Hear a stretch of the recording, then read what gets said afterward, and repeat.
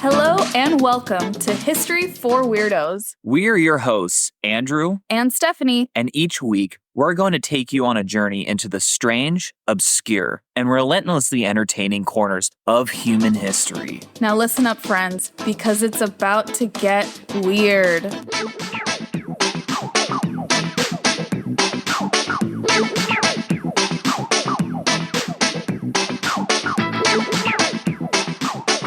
Welcome back to History for Weirdos. Welcome back, weirdos. We are so excited to be here. As always, we always say that. This week, Andrew is going to regale us with some amazing history. I've been watching him all week pour into this research. So this is going to be a good one, guys. But before we jump into that, we did want to share that next week, we will not have an episode. We just wanted to give you a heads up. And I think that's it. Yeah, don't be mad at us, guys. Steph is having surgery, so... I didn't want to tell them. I didn't want to worry them. Yeah, it's nothing big. Don't worry, guys. I'm not worried. I'm her husband. I'm not worried at all. Yeah, nothing major. I'm just having a small procedure, like an outpatient procedure. But I'll be sore and in pain, so... Yeah, that's not going to happen. We don't want me high on painkillers doing my episode. Or do we? Or do we? Well, we will not have it. Either way. Either way... It's not happening. Yeah, I guess we'll never know. But go ahead, love. Jump into this week's episode.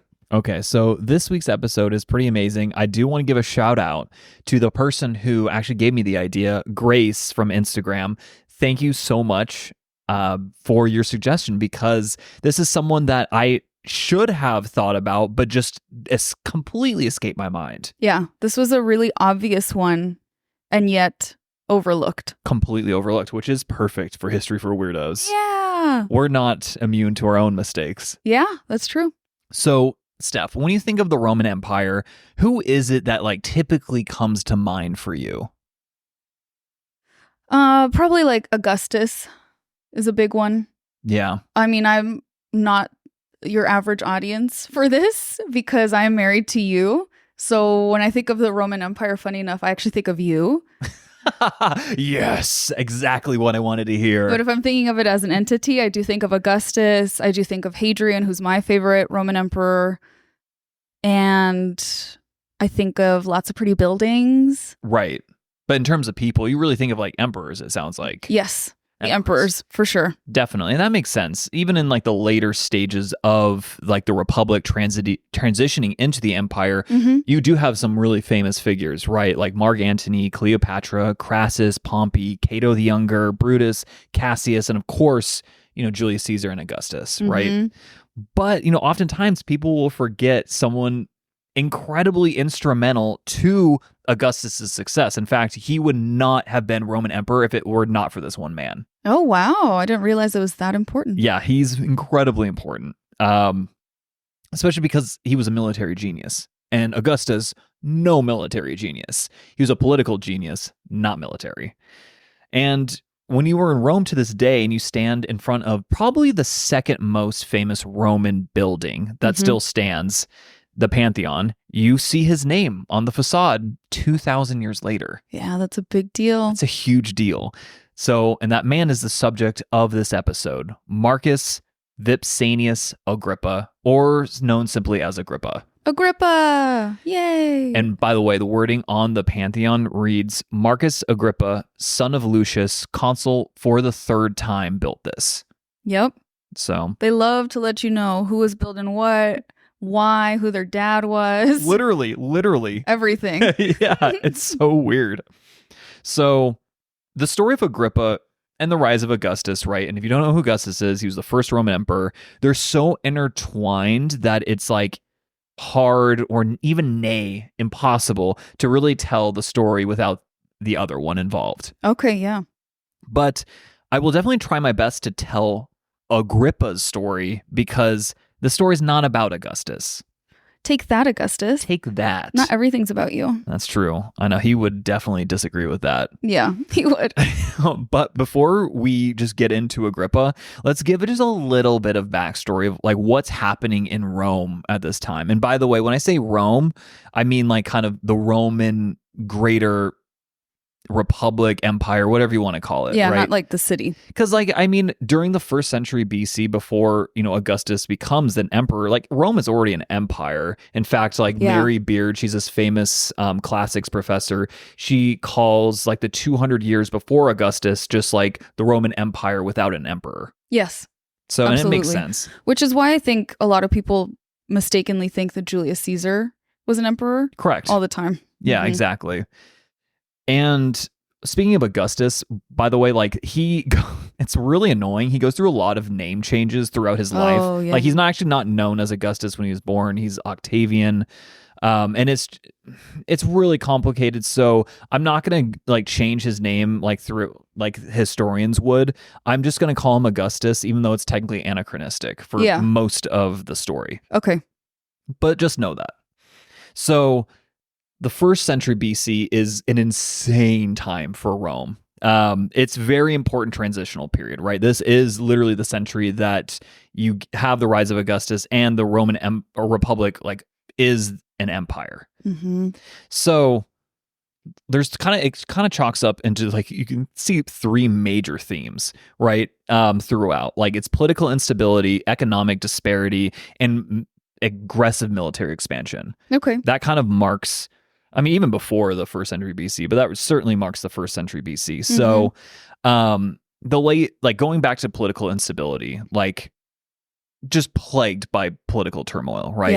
Yeah. Power struggles and even civil wars during this period of time. Mm-hmm. Our episode on the Gracchi brothers, episode 52, it's a little bit before this time period, but it's like kind of a prelude. Yeah. And it really gives a good detailed look, in my opinion, my humble opinion. Of like the early portion of the later Roman Republic. Yeah, so go listen to that one after this. Yeah, go listen to it. You won't be disappointed, I promise. That's episode 52. So a lot of this instability came from a lack of like strong, capable leaders and couple that with like heavy corruption. Okay, yeah, so that'll do it. It's not a good time, yeah. Let's take, for example, the Publicani. So they were tax collectors. I've told you about the Publicani. So I might have even talked about them in the Gracchi episodes, but they were not, so they were tax collectors, but they were not part of the Roman state. They're not part of the Roman government.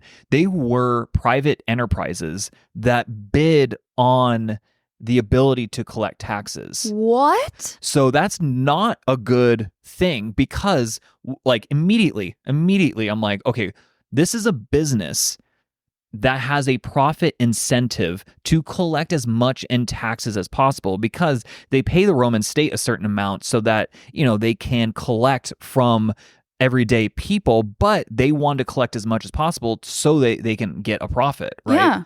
That's a terrible way to do it. It's awful because it kind of leads into my next point, but they exploited the Roman taxpayers that were on the lower end of the economic spectrum, right? The higher end ones, they would tell them to kick rocks. Yeah, like they had so much power. Yeah, the Publicani, if they went up to a senator, they'd be like, they'd probably have him like, roughed up, maybe even killed, Yeah. So like that wasn't going to happen. And so they go after the poor people. They can't fight back.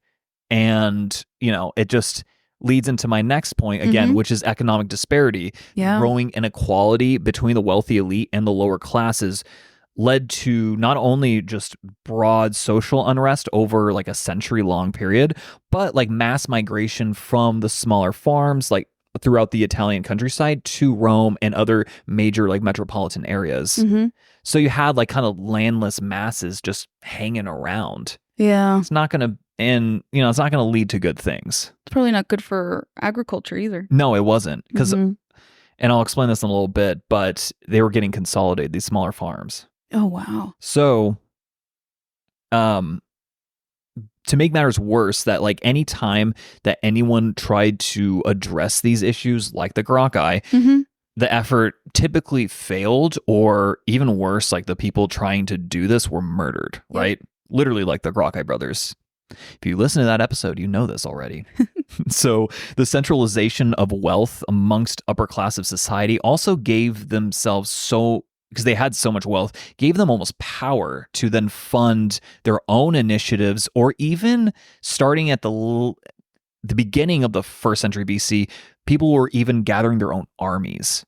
That's bad. Funding their own armies. Yeah, so that's what Crassus did to fight Spartacus, right? So on behalf of the Roman state, but it set a dangerous precedence. Yeah.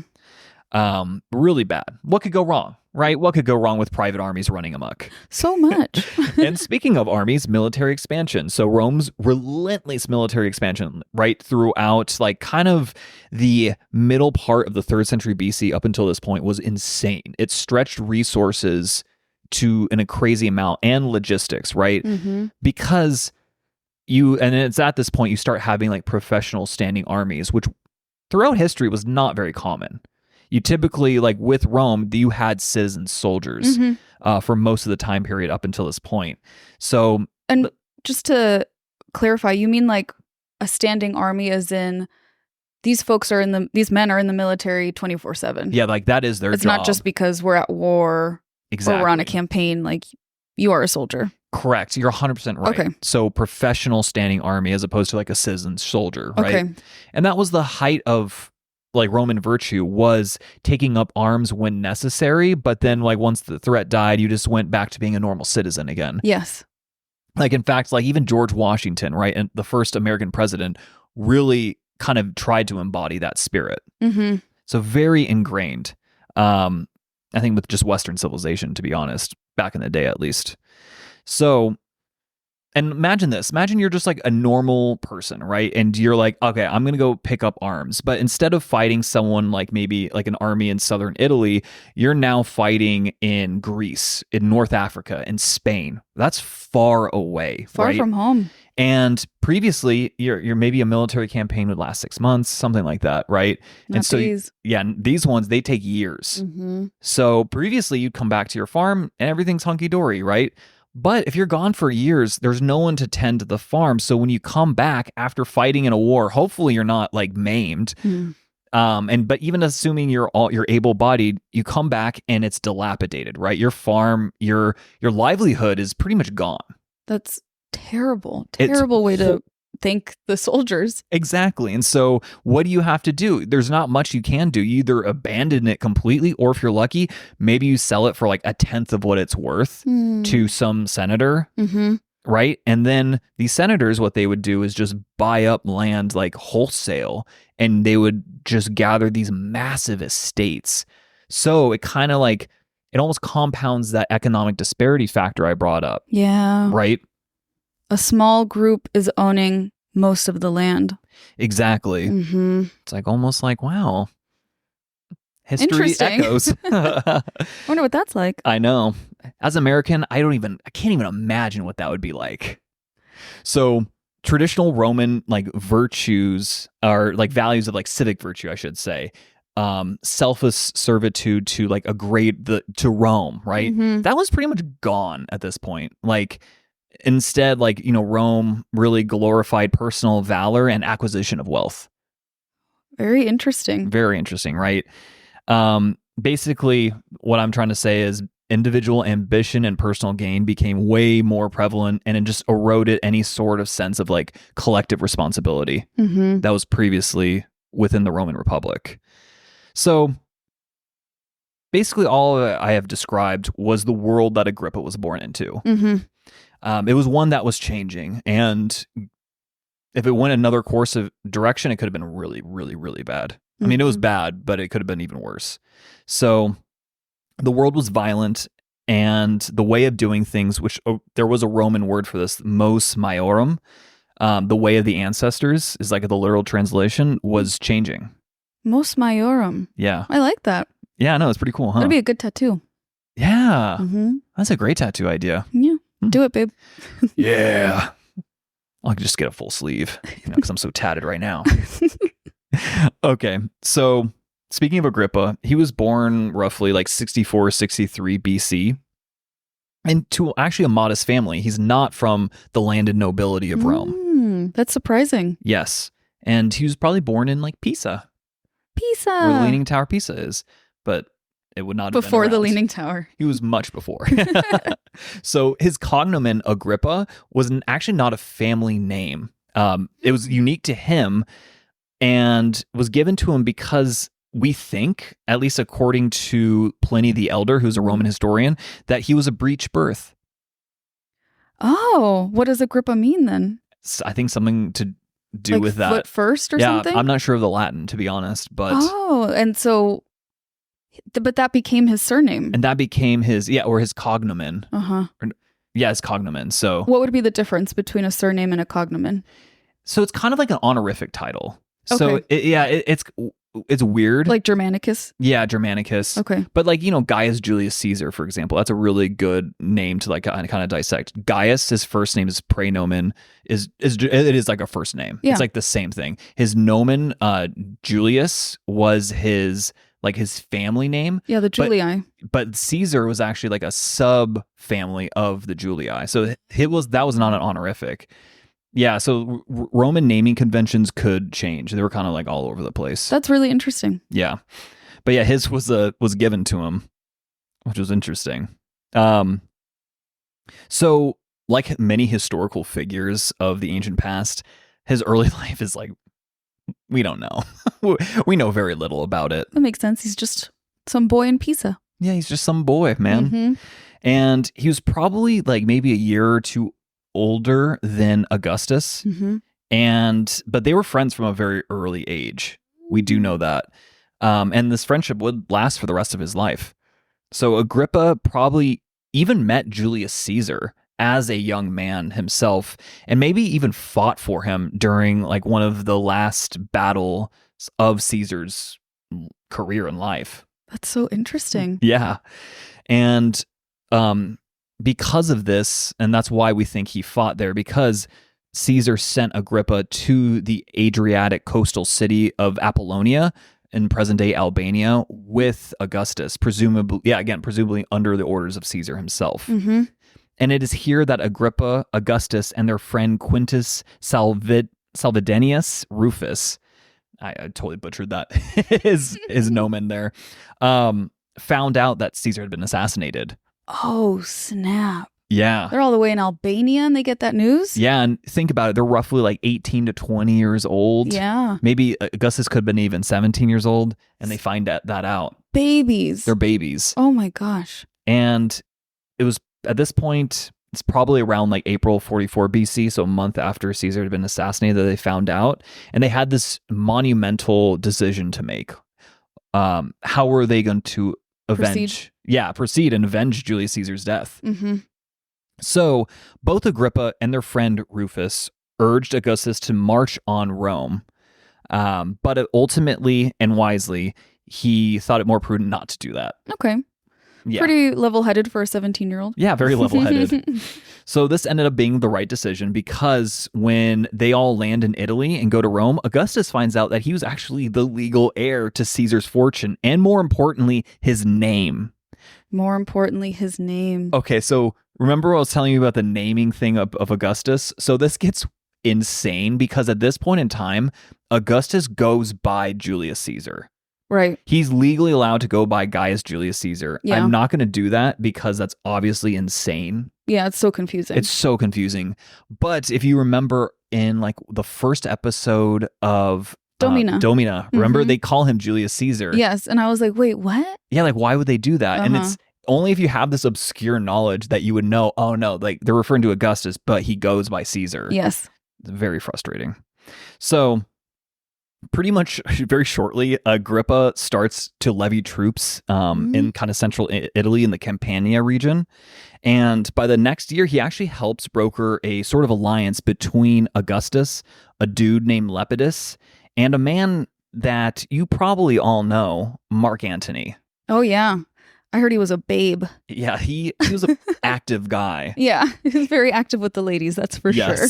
And by the way, guys, like our classics professor friend literally described him as an active guy with the ladies. Yeah, because I was like, wait, I thought he had his kids with Octavia and then Cleopatra, and he was referring to his kids that he had with someone else. Yes. And the professor goes, yeah, well, he was an active guy. Yes. And he was active. I will give him that. So this is called this alliance is called the Second Triumvirate. and was an actual legal entity between the three, unlike the first triumvirate, which was between Caesar, Pompey, and Crassus, which was kind of like this informal or informal alliance. So, speaking of Caesar, it's with this alliance, the second triumvirate, that they track down Caesar's assassins outside of Philippi, Greece. And major battle ensues. The triumvirate is successful. The assassins have been dealt with. Caesar's avenged, right? Yay. You'd think like already they've achieved so much. Yeah. Like they're children at this point. They really are. They're basically children. They're in their early 20s. I cannot imagine like doing all of this. Yes. Yeah. That's insane. So afterwards in Rome, Augustus and Mark Antony, they actually fight very briefly. And it's essentially a squabble. That's not even really Augustus fighting with Mark Antony. It's him fighting with Mark Antony's brother on behalf of Mark Antony. That's dumb. It's stupid. Because is Mark Antony with Cleopatra already? Not yet. Okay. Not yet. So we know like a little bit about Agrippa's involvement during the war, but it's just assumed that he played a major part in leading the troops, and they win. Oh. I mean, it's a stupid little war, I guess is like the best way to put it. And it kind of helps establish Agrippa as like Augustus's main go-to guy. Yeah, he's his right-hand man. Yeah. And Agrippa could kind of do it all because he, unlike Mark Antony, he was actually a capable civil administrator. Yes. So he was good at military and civil administration. Exactly. And especially he had an eye, I think, for like civil engineering. Like he was really good at it. Wow. Very Roman of him, honestly. Yeah. And Andrew's referring to the fact that Mark Antony really sucked at being a leader, essentially. Yes. And like a civil leader. Yeah. Administration. He was like, this is so boring. He really just wanted to fight. He wanted to fight, yeah. That was what he was good at. Yeah, fighting, partying, and womanizing. Those are the things he was really good at.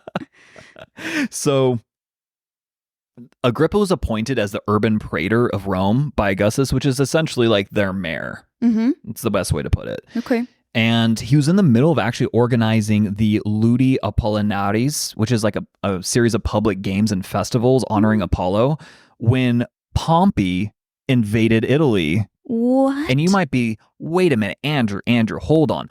Pompey's dead by this point. Like he died before Caesar. It's a different... Caesar's dead. It's his son, Sextus Pompey. The sixth Pompey. Yeah. And he basically, this guy at this point, like kind of established himself as like warlord of all of Sicily.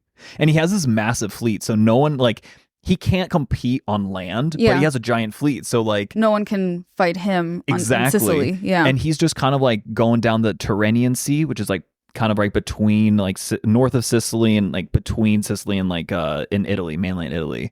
So he just like controls that area and they can't do anything about it. Does that impact trade?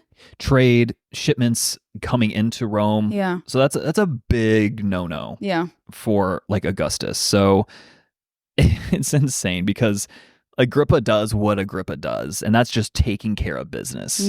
Taking care of business every day. That's Agrippa. Oh, wow. He would love that song. I'm sure. So he fought off not only Sextus Pompey's forces, because, Sextus Pompey had kind of like low-key invaded southern Italy, but he also fights off the forces of Mark Antony. This triumvirate thing was not stable. It's not a good idea. To be like, all three of you guys are the leaders. No. Do you know men? That's not going to work. And later centuries later, Romans would try this again. It would not work. So, like I said, though, Agrippa, he's victorious. And the second triumvirate this time was solidified with Antony actually marrying Augustus' sister, Octavia. So, Steph, remember though that one guy I had mentioned earlier, the Rufus dude? Yeah. So, as a gesture of goodwill, Mark Antony tells Augustus that Rufus had actually tried to defect to Antony's side during this brief squabble. Oh my God, what a chismoso. Which is crazy because they were kind of like as thick as thieves, these three. They're all the way back to Albania. Exactly. Like they were best friends and he tried to do that. And it doesn't go well for him because Rufus is either killed or forced to commit suicide. That's rough. But regardless, this leaves Agrippa as the sole and undisputed closest advisor to Augustus, the man who would be the first Roman emperor. He's the official bestie. He is the official bestie. That's a big deal. It is. It's a huge deal. Mm-hmm. And it's really interesting because also at this point, Agrippa starts to have a lot of similarities with Julius Caesar. But the one key difference is that he does not have a need for glory. That's really good. It's a huge, stark difference, but there's a lot of other similarities that I noticed, and I was like, wow, this is really weird, actually. Well, go ahead, tell us more. So, first of all, they're both military leaders. That just goes without saying. But Agrippa is also appointed to be the governor of Transalpine Gaul, which is the same station that Caesar had when he launched his invasion, his infamous Gallic campaign, where he basically took over modern-day France. And it's during these 2 years that he was governor, he was a busy bee. So he puts down a massive uprising started by the Aquitanians, a Celtic tribe or a Celtic tribe, kind of in southwestern modern day France. Okay. And he actually crosses the Rhine River on a punitive mission against some Germanic tribes. And the last person to do that successfully was Julius Caesar. Yeah. And he's successful in these endeavors and he's called back to Rome just like Caesar, but instead of what would have been an ambush for Julius Caesar, Agrippa is instead given the consulship of Rome by Augustus. Big deal. It's a huge deal. The consulship was the premier position of Roman politics, kind of like a 1-year term as a president, but there was 2 of them always. Always 2, yeah. So this would have been a big thank you for your hard work. Pretty much, yeah. A huge deal. But there's also, and it's also a huge deal too, because typically you had to be at least 43 years of age to get to this point, and he was well younger than that. That's wild. So, but the reason was a thank you, probably, but also because Augustus really needed Agrippa's help with dealing with Sextus Pompey once and for all. Okay. Especially because Augustus suffered a really embarrassing defeat, a naval defeat against Sextus Pompey's forces. And it was very evident that to everyone that, Augustus, he's not the military guy. Really not the military guy at all, actually. That was a huge difference between he and Caesar. It can't be everything. Can't be everything. That is true. He's a really good civil administrator, shrewd politician, but not a military guy. So what Agrippa is about to embark on is called the Sicilian campaign. And it would be probably the first of Agrippa's greatest achievements. And to give the weirdos some context here, Sextus Pompey was able to do lots of damage, right? Because he not only did he have the biggest fleet, it was the biggest and baddest fleet and probably the entire Mediterranean at this point. He could really do just whatever the hell he wanted. But what Agrippa does is kind of wild. So he needed to not only build a fleet, but train it to actually defeat Pompey, right? Starting from scratch. And he needs a place to train, but he can't really do it in the open waters because they're going to get attacked, right? So what he does is he connects some inland lakes to the ocean and therefore be able to protect and brings in a lot of ships to the lakes so that they can, practice unencumbered. Wow. So it's a mini ocean. Kind of makes a little mini ocean on the lakes. And he just drills constantly. They drill and they do a lot of maneuvers. But he also does something really interesting.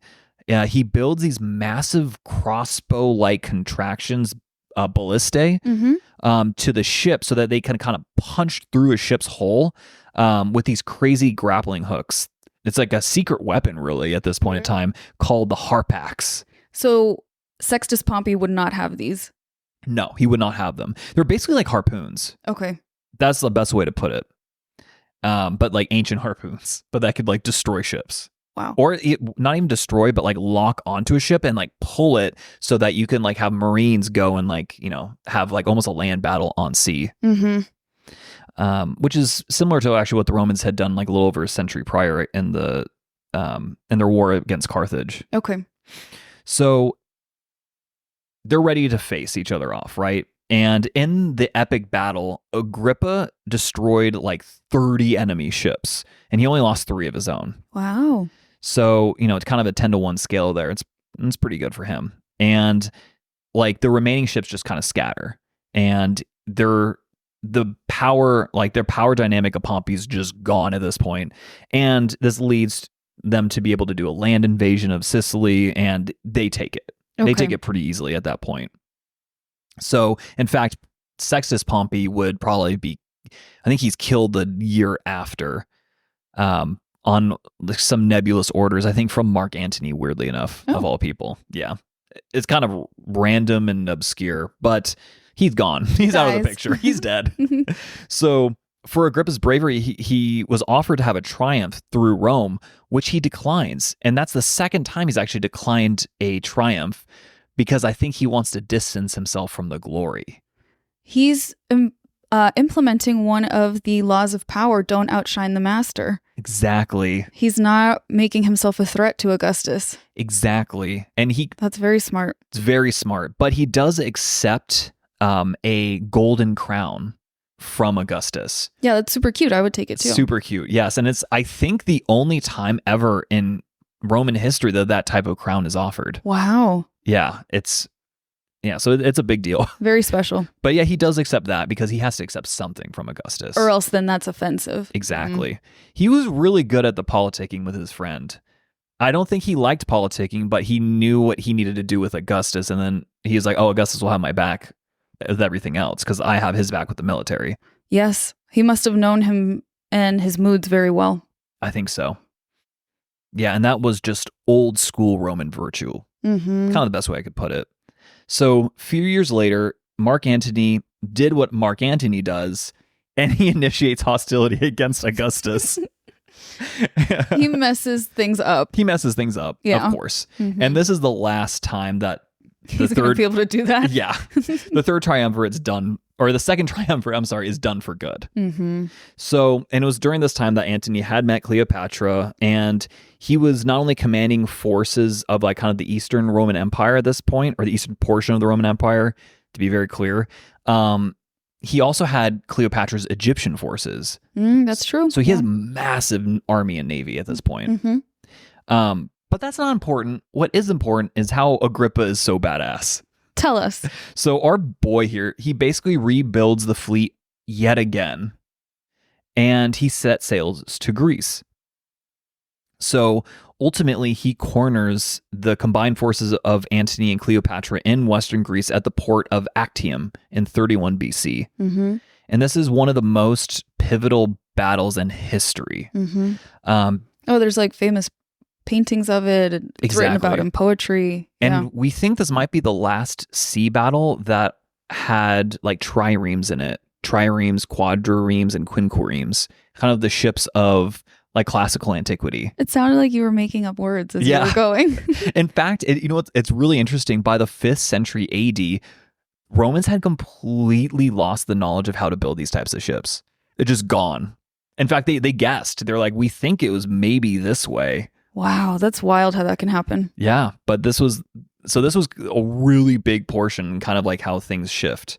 I don't think they understood at this point how pivotal this battle would be. But through some brilliant maneuvering, Agrippa like basically bottled up an enemy of roughly equal size. It's really hard to tell because like the estimations are all over the place. But what's important is he just like straight in charged and attacked with like harpaxes, those like the ballista thing, the fire arrows, and just plain old cold steel. Wow. Yeah. So Agrippa smashed Antony's forces, and like he sank or captured at least like 200 ships. That's a lot of ships, you guys. A lot of ships. And here's the thing. The carnage was so bad that the Egyptian like fleet, they just booked it. They set sail for the open waters and they just went straight to Egypt. That's smart. Yeah, they were like, I'm done. We're good. Antony barely escaped with his life. So, and in the following year, Mark Antony and Cleopatra would both be dead, and Augustus would be essentially the undisputed master of Rome, thanks to his closest confidant, Agrippa. Agrippa's his muscle. Exactly. I don't think Augustus was even at Actium. Like, that was all Agrippa. I always associated it with Augustus. Exactly. That's wild. Augustus benefited from it the most, but it was Agrippa who won it for him. That's crazy. And here's the thing, like, Actium was a sea battle, right? So he defeated Sextus Pompey, he defeated Antony and Cleopatra, like, but he was not a naval guy. He just, like, taught himself. He was self-taught naval guy. Like, let me put it this way, like, an earlier Carthaginian general, Hannibal. Hannibal Barca. He's one of the most famous in all of, like, the ancient world. Probably one of the best generals of that time. And when he tried to be an admiral, he sucked at it. He was terrible. Like, those things do not usually, if you're a good land general, you're usually not good in the water, and vice versa. Totally different, yeah. Not for Agrippa. He was good at both. Wow. So what's interesting, we've gone over a lot of his military accomplishments, but he's really also known for being, like, a civil administrator and builder. Like, that's really also what he's known for. So he's a man of many talents. I really like him, as you can probably tell. So starting in, like, the fall of 34 BC, he started a campaign of just making Rome, like, a cleaner, more beautiful city. I think that was his initial, his job, I guess, his initial, like, mandate. Okay. And this included renovating, like, an aqueduct known as the Aqua Marcia, which provided clean water to just average normal people. To everyone, right? To everybody. And he was actually elected to aedile the following year, which is funny because a lot of other people would take that as offensive because it's much lower of a position than consul. But not for him, because he really saw it as, like, oh, this is another way how I can make my mark. And he took it really, really to heart, like his job. That's very interesting. Yes. I think what sets him apart from the other men that would be considered his peers is his lack of ego. Exactly. He also came from, like a humble family. He was not born in the aristocracy, so I think it gives him a little bit of an edge. But he's in the world of the aristocracy from a young age because of Augustus, so he can really see both sides. Yeah, very interesting. Yeah. And it's so funny because I literally put in my notes, I get the impression he was not ego-driven. It's amazing. It's really cool you caught on that. And he was also the first curator aquarum, which would be a posting that would continue well into the Roman Empire. So, like, lasted centuries. And he was the very first one. And that was making sure that the water was clean in Rome. That would be, like, later on its only job. It's an important job. It's very important. Little did they know that they'd be getting lead poisoning, but yeah. They didn't know about that yet. They didn't know about lead. Or how lead was poisonous. So you go on for the next year or so, like, overseeing, like, sewers getting cleaned, repairing aqueducts, and adding, like, additions to the Cloaca Maxima. That means big sewer, guys. Yeah, exactly. And it is, like, the main, like, sewer in Rome, which, by the way, was well over 500 years old by this point. Yeah. So it probably stank. But it was huge. It was giant. I mean, yeah, it's so big you could technically sail through it. And people did in, like, the 18th century. Big sewer. Yeah. But I think by that time it didn't stink. Hopefully. Oof. So he also went on to build, like, public baths during this point, like gardens, and even, like, just porticos, which are, like, little, almost like porches, I guess, in buildings, so that, you know, shade could be provided to people. So, and it's really interesting because I feel like he took a very, like, humanist approach to building and civil engineering, which I feel like a lot of people today could take note of.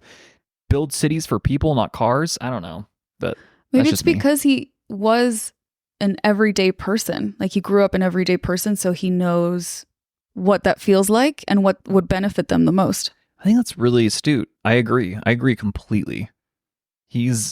I really admire that, actually, about him. So And he would actually just go on to sponsor lots of building projects throughout the empire, like later on once Augustus becomes emperor. And many of them even survive to this day. Mm-hmm. So some of the most famous examples are like it's the Maison Carré. It's French. Let me see. Maison Carré. There you go. Yeah. So that's in Nimes, France. The Theater of Merida, Spain. Oh. And of course the Pantheon in Rome. The Pantheon. All either built by him or he was a patron of them. Wow, that's incredible. Yeah. So it's really, really important stuff. And those are just a few. I mean, there's a lot. The list is long. We could be here all night if I were going to try to talk about every single one. But we're not. The Pantheon is my favorite structure in Rome. I mean, the Pantheon, I think, is one of my favorite structures, period. Mm-hmm. I mean, it's beautiful. So beautiful. I mean, in fact, I have to make a little disclaimer. So the original Pantheon that Agrippa built did burn down. It doesn't exist anymore. But he was so influential that like approximately 150 years later, when Hadrian, the emperor at the time, finished the Pantheon that stands today, he kept the original wording on the temple saying that Agrippa built the temple, not Hadrian. Yeah, he could have put his name because he rebuilt it. Exactly, and he was the emperor. But he must have also admired Agrippa. I think so. I think he really did admire. And I'll even explain some more things that he did that I think any emperor would admire about him, especially Hadrian. Mm-hmm. So Agrippa is one of probably the most important Romans to have probably ever existed, because without him, Rome does not get Augustus as emperor. Rome probably would not have 200 years of more or less uninterrupted prosperity. And the world would probably not exist the way it does today without him. That's so wild to think about. It is. Like how different things would be if Agrippa hadn't been born or hadn't met Augustus. Exactly. So kind of the question I have for you is, why do you think only Roman history nerds know about Agrippa? No, that's a good question. Maybe because he wasn't an emperor and people don't really learn like in-depth ancient history, so you just kind of know the surface level talking points, and emperors are definitely going to come up in those talking points. What do you think? That's really good. I think some of it was by his own design. I think he was smart in trying to not be the number one guy. He was perfectly content with being ultra powerful, but just not the number one guy. Mm-hmm. And I think that was really smart. He saw Augustus's ship, station really rising. And I think he kind of just attached himself to it and is like, I can help you. Like, I'm the military guy. You're the politics guy. Let's do this. Yeah. What a great team. Yeah. And he really didn't want political power, like beyond just helping Augustus do what he needed to do. Mm-hmm. I need an Agrippa. I know. Me too. Not to be an emperor, but just to get some stuff done. just to execute on ideas. Yeah. So I think a good illustration of what I just said comes when he was, quote unquote, exiled to Lesbos in 23 BC. And he was exiled according to later Roman historians, by the way. So we don't really know for certain. But, ostensibly, though, this was because Agrippa and Augustus's nephew, Marcus Claudius Marcellus, they did not like each other. No. They did not like each other. In fact, Marcellus was married to Augustus's daughter, which comes into play, very soon. Very soon. Mm-hmm. But it was also around this time that Augustus and the Senate were negotiating him kind of taking a step down in power. So Marcellus or Agrippa? No, Augustus. Oh, Augustus taking a step down. Yeah, in power. Augustus is because he has unprecedented levels of power, and it's the years of Mark Antony by 23 BC. Like that was 8 years ago that Actium happened. So it's like, okay, let's wrap this up. Like we need to the Republic needs to kind of go back to like a functioning normal state. But, if he were to step down completely, then maybe you'd have new rounds of civil wars, and nobody wants that. Like at this point, there have been so many civil wars, like everyone's like, we're tired of this. Let's just have peace and prosperity instead. Mm-hmm. Or if we have wars, make them foreign wars. Yeah. Let's go take booty somewhere else, So This was called the Second Constitutional Settlement, by the way, and basically divided up like what belonged to the Roman state and like the Senate and what belonged to Augustus personally, like as the emperor. Wow. Which is insane because, for example, like Augustus was granted Egypt as his personal property. All of Egypt was Augustus's. Very humble man. Very humble. I mean, a lot of like ancient or a lot of economists that like study the ancient world, they place it Augustus as a trillionaire, like in modern terms. Because he owned Egypt. He owned Egypt. Yeah, that's wild. Like that's insane. And then probably a bunch of villas. Oh yeah, and lots of places. I mean, it wasn't just Egypt. Like there was other. Egypt is just the most egregious one because it's like that in itself used to be an empire. Yeah, how do you own this? And that's just his personal property now. I'm sure it was more complex than that, and I'm not going to dive into those complexities now. But essentially, it belonged to him. It did not belong to like the Roman state at all. It's wild, honestly. But coincidentally, Agrippa was in command of the largest army in the empire at this time on Lesbos. So if things didn't go well, Augustus could call him in to put down, any opposition. So you're thinking maybe it wasn't like an exile, but a strategic move. Exactly. Exactly. And here is like where, Agrippa really gets ingrained into the Julio-Claudian dynasty because as a reward, as you know, Augustus had Agrippa divorce his wife at the time to marry Augustus's daughter, Julia. Yeah. I think this is super gross, which is why Andrew's like, as you know, because it annoys me so much. I'm like, it's so ridiculous. That's so icky. That's your daughter and that's your bestie. That's the first bestie of Rome. Yeah. Ugh, so icky. Even though Agrippa is like a year or 2 years older than Augustus, he becomes his son-in-law. Mm-hmm. Kind of so weird. Odd. But in their world, in their messed up worldview, particularly your wife and your children are your property, I could see how Augustus's own daughter would be very valuable property to give Agrippa to be like, see, this is how much I love you, and now you're officially a part of the family. That's spot on analysis. Mm-hmm. Yeah, 100%.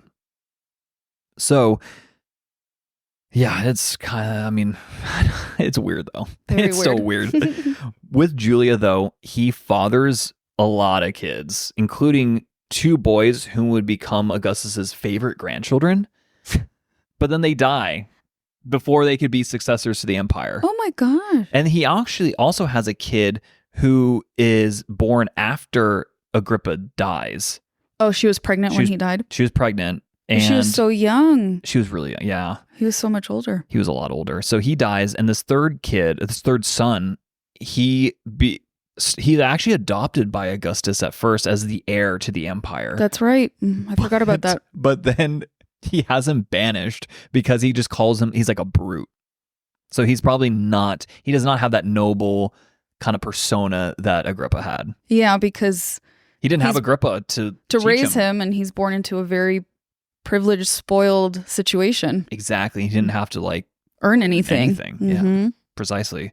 So, but that's all decades later. And it's also what's decades later is kind of funny is Agrippa becomes the maternal grandfather and the maternal great grandfather of future Roman emperors, Caligula and Nero, respectively. Some great ones. Great ones. To claim. Yeah. Which I find kind of ironic because like he helps start the Julio-Claudian dynasty and it's his descendants that caused the fall. That totally end it. Yes. Yeah. Like 2 of the worst emperors in history. That is very ironic. Yeah. And someone who was such a great natural charismatic leader. It speaks to the limits of genetics right there. Wow. That's a really good point. Mm-hmm. Yeah. Yeah. Genetics can only do so much. Mm-hmm. Yeah. I can safely say that Caligula and Nero did not live up to his name at all. So he basically like towards the end of his life during the 20s and 10s BC, he's conferred a lot of power to the point where it's unprecedented besides Augustus. Mm-hmm. Basically through various acts that I'm just going to summarize here. Not even. he's conferred the title of Imperium Maius, which essentially, like, officially made him second in command to everything. Wow. And in fact, even when Augustus was really sick, he gave Agrippa his signet ring, signifying that, like, if I do die, you taking take over. Mm-hmm. So he's like the VP. Pretty much, yeah. Mm-hmm. He's like the VP. That's the greatest way to put it. So the friendship, there is a friendship that Agrippa has later on in life, which just kind of comes out of nowhere. And it's really funny. I feel like we could almost do an entire episode on these guys being besties, but it's Herod the Great from Judea. Yeah, like a biblical King character. Herod? King Herod, yes. They're besties. Oh my gosh. They even fight together briefly, like in a campaign kind of like in the Eastern Mediterranean. That's so interesting. I didn't know that. Yeah. And it's funny because that's also another similarity to Caesar. They were also friends. Wow. I didn't know that either.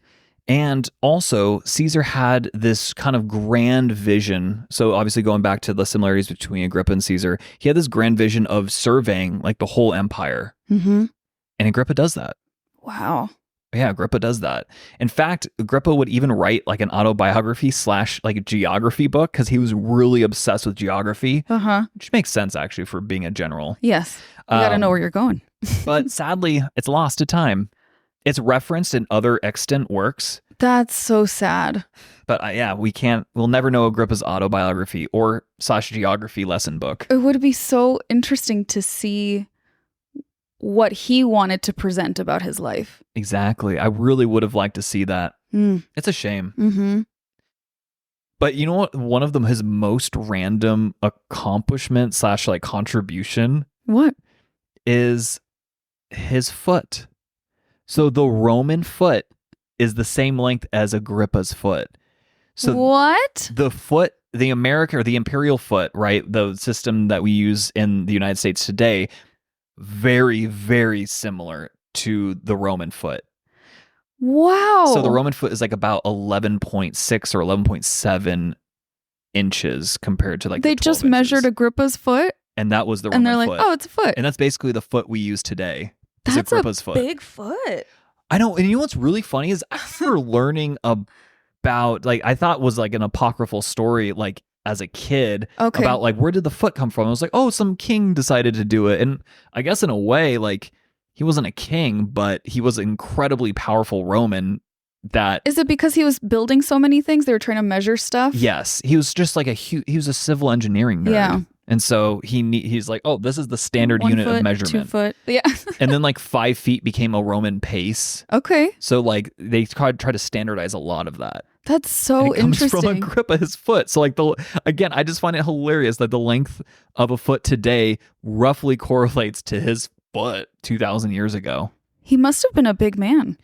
If you look at statues of him, you could describe him as thick.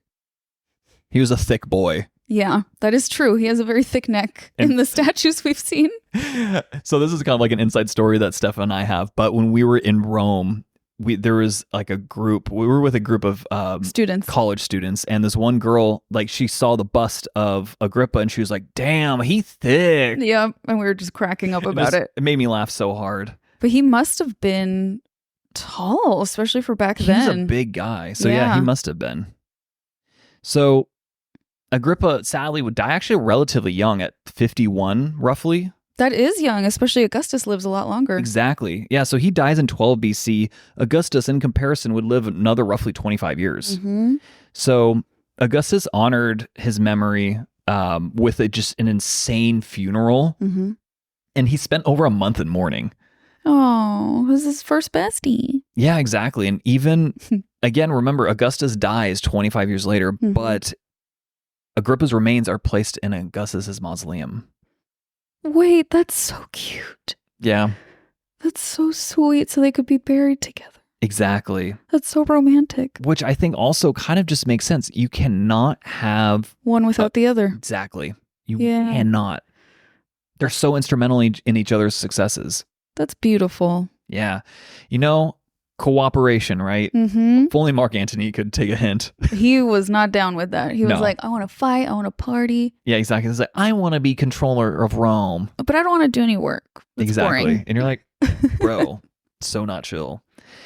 But the legacy that he left it's kind of hard to overstate, because not only did he like survive multiple rounds of civil wars, but he comes out on top.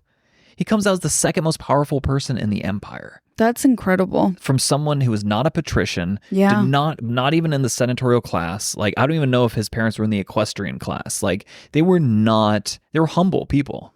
And in such a brutal world. Exactly. Such a brutal world with just an insane amounts of violence during this time, like organized violence. And it's because of Agrippa's military success, though, that, the period of time, the 200 years of peace, is called the Pax Romana, the Roman peace. That's a huge legacy to contribute to. Yeah, Huge. like Rome, the city of Rome there was like the year of 69 AD actually ended up being like a civil war, but only lasted during that time. But besides that, like Rome, the interior of the empire really didn't know warfare. The interior, you guys. Yeah. So Yeah. Romans, when they say the Roman peace, it was peace for like everyday Romans, Yes. the interior of the empire. They were still fighting, in the fringes and expanding the borders and stuff. They were still very imperialistic in that sense, but Yes. the inside, the everyday person had peace. Which for that time in the world would be such a luxury. Exactly. And I say like imperialistic, but like at that time, like that wasn't a bad thing. That was just The way the world was. everyone was like that. Yeah. So, but going back to Agrippa, he was a loyal friend, an insanely talented general, and he seemed to genuinely, care about kind of just like everyday Romans, which was fairly unique, I should say. That's a very refreshing, yeah. Yes. Not common amongst the elite. And again, I have to say this again because I find it so funny that he starts more or less with Augustus, the Julio-Claudian dynasty, but it's his descendants that cause it to fall. The utter irony is insane to me. But my dear weirdos and Stephanie, that is the life and legacy of Agrippa, like Rome's forgotten hero. Oh, Yeah. that's a good title for him. That is a good title, yeah. Marcus Vipsanius Yeah. Agrippa. Vipsania, yeah. I always mess up the middle one. You left out that in the Pantheon, outside in the front, there are giant niches. Oh, Two giant you do niches. It. Yeah, you tell them. They don't. So the niches would have been typically reserved for like a deity, like whatever deity you're going to worship. They'd probably put like some statue of it there. But this was the Pantheon. This is where you worship all the gods. And why are there two niches? A theory that they have is that Agrippa builds the Pantheon and puts two niches on either side of the doors, and one statue is him and one statue is Augustus, just standing in front because they're best friends. They're like, we're best friends. And you guys, if you're not watching the video, you didn't see this, but Stephanie does like the like I just picture them back to back almost. Yeah. I thought that detail was so, like, I like that theory. Yeah. I think that's so cute. Thank you for bringing that up. Yeah, I totally forgot about that. I mean, there's a lot to Agrippa, so there's some things I kind of glossed over, especially he had a ton of military campaigns, so I just wanted to highlight the more important ones. No, thank you. You guys aren't classics, like, majors, so I'm not going to bore you with, like, the random details of his life. You don't know. There could be classics majors It's listening. true. I mean, some of you probably are, but I have to appeal to everyone here. Yes. No, babe, thank you so much. I learned a lot about his life. I didn't realize how instrumental he was to Augustus's success and to the empire's success. Yeah. I mean, he was the commander-in-chief, more or less. Yeah. Of, like, Augustus. He executed. Yeah, he's really good at execution. That's amazing. But I'm jealous. I know. And I really wish I could execute better. But sources for this week's episode, Encyclopedia Britannica, The Collector. My favorite source it's called Badass of the Week. I love that. Incredible. It was amazing. Like, it was more like, it was almost entertaining to read. No, it was entertaining to read. It was great. But of course, like, was double checking because I'm like, oh, you're using some words here. I'm like, I'm kind of questioning your validity, but everything he said was right. So I was like, this is amazing. Also worldhistory.org, JSTOR, and our favorite, Wikipedia. That's awesome. Thank you so much again, babe. That was an amazing episode. And thank you to Grace who suggested it. Yeah, Grace, you're a homie. We are so appreciative of you, weirdos. The recommendations you give, as we see them coming through, we are like saving and archiving them and trying to get through a lot of them. But we really appreciate how engaged and involved you all are in the show. Yeah, thank you guys. It means so a lot much to us. So thank you. I know you guys really make this show possible. Without you, like this wouldn't happen. So we really appreciate you guys. I mean, I have so much fun like doing the research, writing the notes, not as much. And of course, like filming is like one of my favorite things to do during the week. Yeah, of course. And like we said at the beginning, just a reminder, we won't have a new episode next week, but we will be back the week after that. Week after that before our big break. Yes. So until next time, weirdos. Until next time, adios.